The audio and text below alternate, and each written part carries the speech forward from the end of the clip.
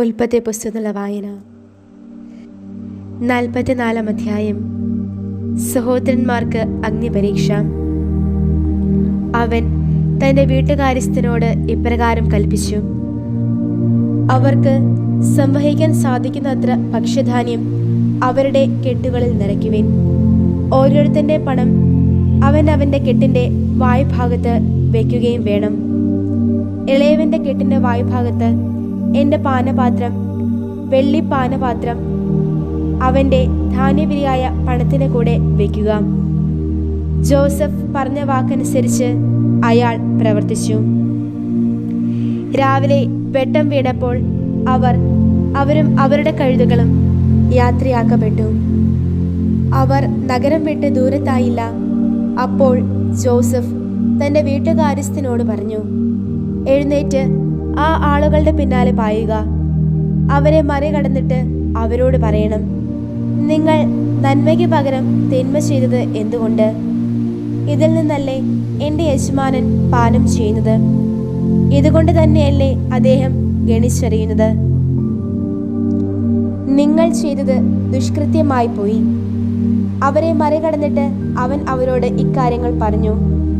അപ്പോൾ അവർ അവനോട് പറഞ്ഞു: എന്താണ് എൻ്റെ യജമാനൻ ഇത്തരം വാക്കുകൾ സംസാരിക്കുന്നത്? ഇത്തരമൊരു കാര്യം ചെയ്യാൻ താങ്കളുടെ ദാസന്മാർക്ക് ഇടയാകാതിരിക്കട്ടെ. നോക്കൂ, ഞങ്ങളുടെ കെട്ടുകളുടെ വായ്ഭാഗത്ത് ഞങ്ങൾ കണ്ടെത്തിയ പണം കാനാൻ ദേശത്ത് നിന്ന് ഞങ്ങൾ താങ്കളുടെ അടുത്ത് തിരികെ കൊണ്ടുവന്നല്ലോ. അപ്പോൾ പിന്നെ ഞങ്ങൾ താങ്കളുടെ യജമാനന്മാരുടെ വീട്ടിൽ നിന്ന് വെള്ളിയോ പൊന്നോ എങ്ങനെ മോഷ്ടിക്കും? അത് താങ്കളുടെ ദാസരിൽ ആരുടെ പക്കൽ കണ്ടെത്തപ്പെടുന്നുവോ അവൻ മരിക്കണം. ഞങ്ങൾ എല്ലാവരും എൻ്റെ യജമാനന് അടിമകളായിരിക്കുകയും ചെയ്യും. അവൻ പറഞ്ഞു: ഇപ്പോഴും നിങ്ങൾ പറയുന്നത് പോലെ ആവട്ടെ. അത് ആരുടെ പക്കൽ കാണപ്പെടുന്നുവോ അവൻ എനിക്ക് അടിമയാകും.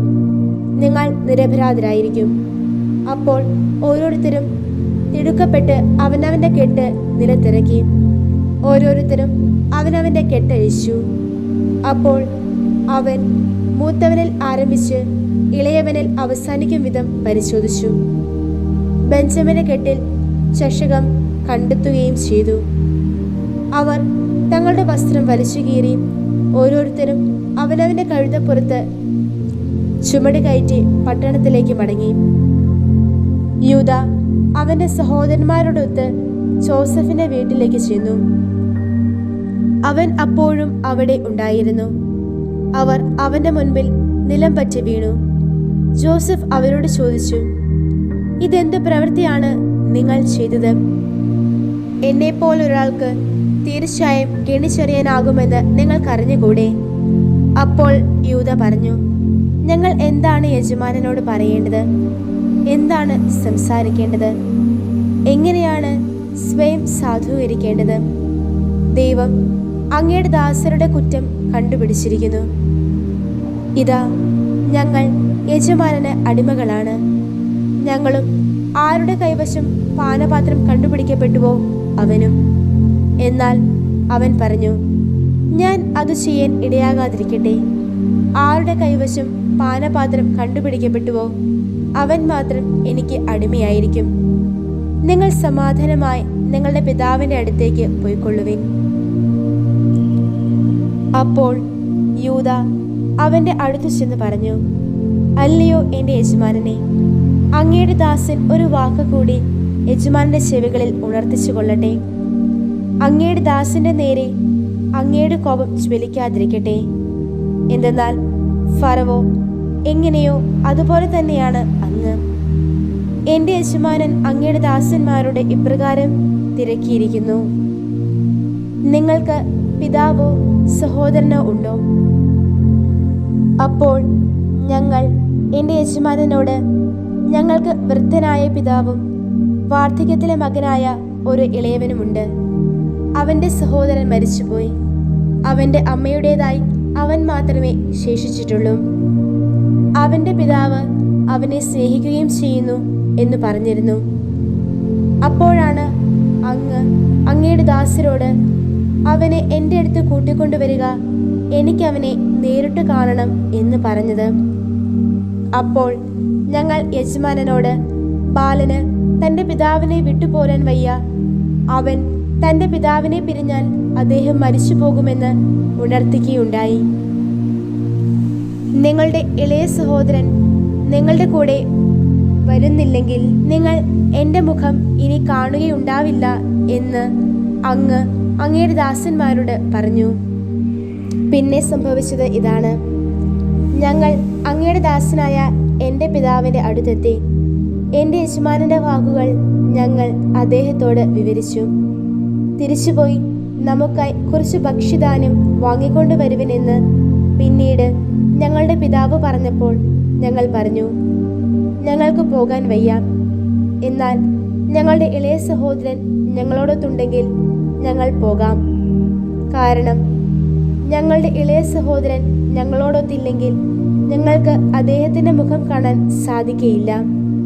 അപ്പോൾ അങ്ങയുടെ ദാസനായ എൻ്റെ പിതാവ് ഞങ്ങളോട് പറഞ്ഞു, എൻ്റെ ഭാര്യ എനിക്ക് വേണ്ടി 2 പ്രസവിച്ചു എന്ന് നിങ്ങൾക്കറിയാമല്ലോ. ഒരുവൻ എന്നെ വിട്ടുപോയി. അപ്പോൾ ഞാൻ പറഞ്ഞു, തീർച്ചയായും വന്യമൃഗം ചീന്തി കീറിയതു തന്നെ. പിന്നെ ഞാൻ അവനെ ഇതുവരെ കണ്ടിട്ടില്ല.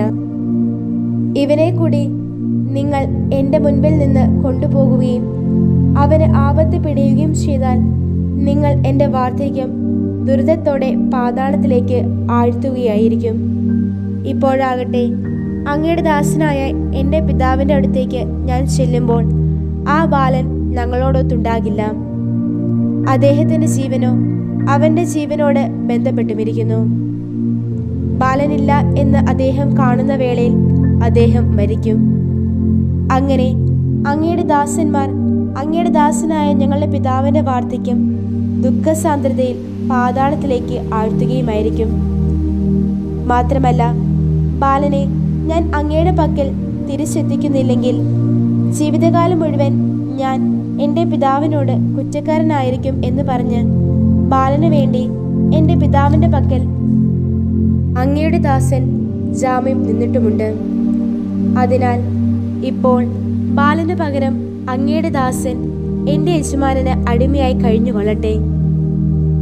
ബാലൻ അവൻ്റെ സഹോദരന്മാരുടെ കൂടെ തിരിച്ചു പോകുകയും ചെയ്യട്ടെ.